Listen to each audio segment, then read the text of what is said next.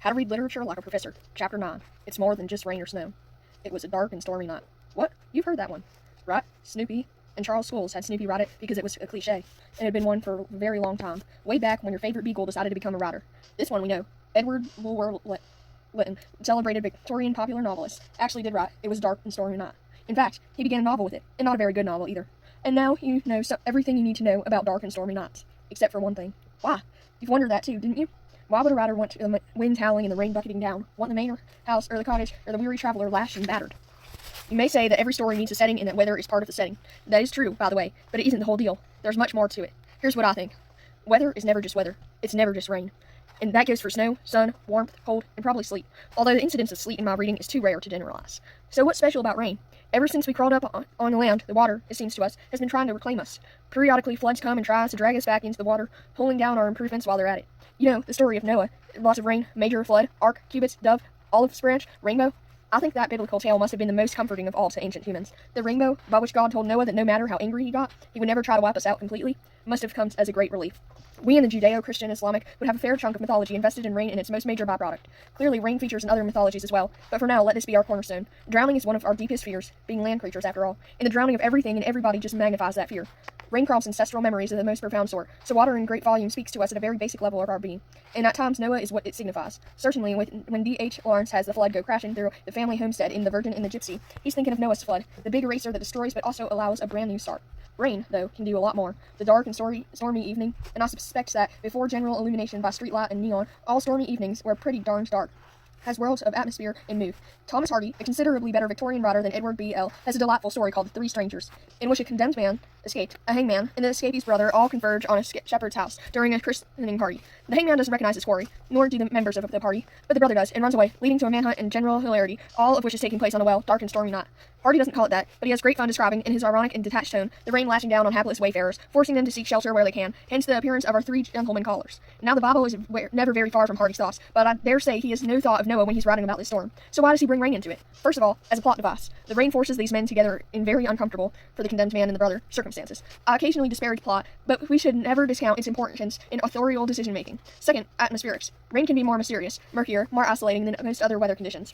Fog is good, too, of course. Then there is the misery factor. Given the choice between alternatives, Hardy will always go for making his characters more miserable, and rain has a higher wretchedness quotient than almost any other element of our environment. With a little rain and a bit of wind, you can die of hypothermia on the 4th of July. Needless to say, Hardy loves rain. And finally, there is the democratic element. Rain falls on the just and unjust alike. Condemned man and hangman are thrown into a bond of sorts because rain has forced each of them to seek shelter. Rain can do other things as well, but these are the reasons, it seems to me, that Hardy has chosen a nice, malicious rainstorm for his story. What other things? For one, it's clean. One of the paradoxes of rain is how clean it is coming down and how much mud of it can make when it lands. So if you want a character to be cleansed, symbolically, let him walk through the rain to get somewhere. He can be quite transformed when he gets there.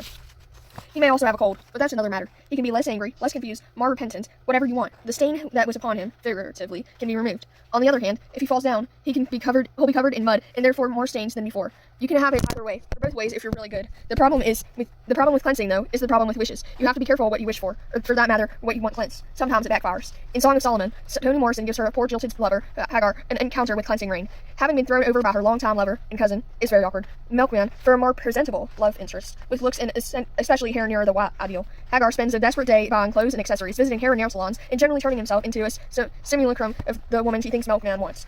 After spending all her money and psychic energy in this mad plunge into a fantasy image, she is caught out in a rainstorm that ruins her clothes, her packages, and her coiffure. She is left with her despised, kinky, black hair and her self-loathing. Rather than washing away some taint, the rain cleanses her of illusions and the false ideal of beauty. The experience, of course, destroys her, and she soon dies of a broken heart and overwatering. So much for this salutary effects of cleansing rains. On the other hand, rain is also restorative. This is chiefly because of its association with spring, but Noah once again comes into play here. Rain can bring the world back to life, to new growth, the return of the green world. Of course, novelists being what they are, they generally use this function ironically. In the ending of A Farewell to Arms, Hemingway, having killed off Frederick Henry's lover during childbirth, sends the grieving protagonist out of the hospital into, you guessed it, rain. It might be ironic enough to die during childbirth, which is also associated with spring, but the rain, which we might probably expect to be life-giving, further heightens the irony. It's hard to get irony too high for Hemingway. So too with Joyce's The Dead. Near the ending, Greta Conroy tells her husband about the great love of her life, the long-dead Michael Furry, a consumptive boy who stood outside her window in the rain and died a week later. One might argue that this is simply verisimilitude. If the story is set in the west of Ireland, it almost requires rain. No doubt there is justice in this view, but at the same time, Joyce knowingly plays off our expectations of rain as an agent of new life and restoration, because he also knows that we have another, less literary set of associations for rain. The source of chills, colds, pneumonia, death. These come together and clash intriguingly in the image of the boy dying for love. Youth, death, replenishment, desolation, they're all rattling around in the figure of poor Michael Fury in the rain. Joyce lacks his irony about as high as Hemingway's. Rain is the principal element of spring. April showers do in fact bring May flowers. Spring is the season not only of renewal, but of hope, of new awakenings. Now if you're a modernist poet, and therefore given the irony, notice that I've not yet alluded to modernism without having recourse to irony, you might stand that association is on its head, and begin your poem with a line like, April is the cruelest month, which is exactly what T.S. Eliot does in The Wasteland. In that poem, he plays off our cultural expectations of spring and rain and fertility. Better, readers don't even have to ask if he is doing it deliberately, since he very thoughtfully provides notes telling us that he's being deliberate. He even tells us which study of romance he's using. Jessie L. Weston's From Ritual to Romance. What Weston talks about in her book is the Fisher King mythology, of which the Arthurian legends are just one part. The central figure is in the set of myths, the Fisher King figure, represents the hero as the fixture. Something in society is broken, perhaps beyond repair, but a hero emerges to put things right. Since natural and agricultural fertility is so important to our ability to feed and sustain ourselves, much of the material Weston deals with has to do with wastelands and the attempts to restore lost fertility. Needless to say, rain figures prominently. Following Weston's lead, Eliot emphasizes the absence of rain from the beginning of his poem. On the other hand, water generally is a mixed scene of corruption, complete with a slimy-bellied rat on the bank. Moreover, the rain never quite arrives. We're told at the end of the rain that's coming, but that's not the same as the rain actually hitting the ground around us. So then, it isn't quite happening, and we can't be sure of its effects when it does fall. If it does, but its absence occupies a major space in the poem. Rain mixes with sun to create rainbows. We mentioned this one before, but it merits further consideration. While we may have minor associations with pots of gold and leprechauns, the main function of the image of the rainbow is to symbolize divine promise, peace between heaven and earth. God promised Noah with the rainbow never again to flood the whole earth. No writer in the West can employ a rainbow without being aware of its signifying aspect, its biblical function. Lawrence called one of his best novels, The Rainbow. It has, as you would guess, a certain amount of flood imagery, along with all the associations that imagery conveys. When you read about a rainbow, as in Elizabeth Bishop's poem, The Fish, where she closes with a sudden vision that everything was rainbow, rainbow, rainbow, you just know there's some element of this divine pact between human, nature, and God. Of course she lets the fish go. In fact, of any interpretation a reader will ever come up with, the rainbow probably forms the most obvious set of connections. Rainbows are sufficiently uncommon and gaudy that they're pretty hard to miss, and their meaning runs as deep as in our culture as anything you care to name. Once you can figure out the rainbow, you can do rain and all the rest. Fog, for instance, it almost always signals some sort of confusion. Dickens uses a miasma, a literal and figurative fog, for the Court of Chancery, the English version of American probate court, where estates are sorted out and wills contested.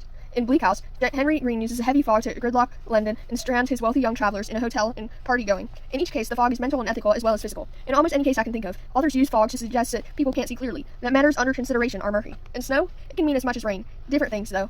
Snow is clean, stark, severe, warm, as an insulating blanket, paradoxically. Inhospitable, inviting, playful, suffocating, filthy. After enough time has elapsed, you can do just about anything you want with snow. In The Peterson Kid, William H. Gass has death arrive on the heels of a monster blizzard. In his poem, The Snowman, Wallace Stevens uses snow to indicate inhuman, abstract thought, particularly thought concerned with nothingness, nothing that is not there and the nothing that is. As he puts it, very chilling image, that, and in The Dead, Joyce takes his hero to a moment of discovery. Gabriel, who sees himself as superior to other people, has undergone an evening in which he is broken down little by little, until he can look out at the snow, which is general all over Ireland, and suddenly realize that snow, like death, is the great unifier, that it falls, and in the beautiful closing image, upon all the living and the dead. This will come up again when we talk about seasons. There are many more possibilities for weather, of course, more than what we could cover in a whole book. For now, though, one does well to remember, as one starts reading a poem or story, to check the weather.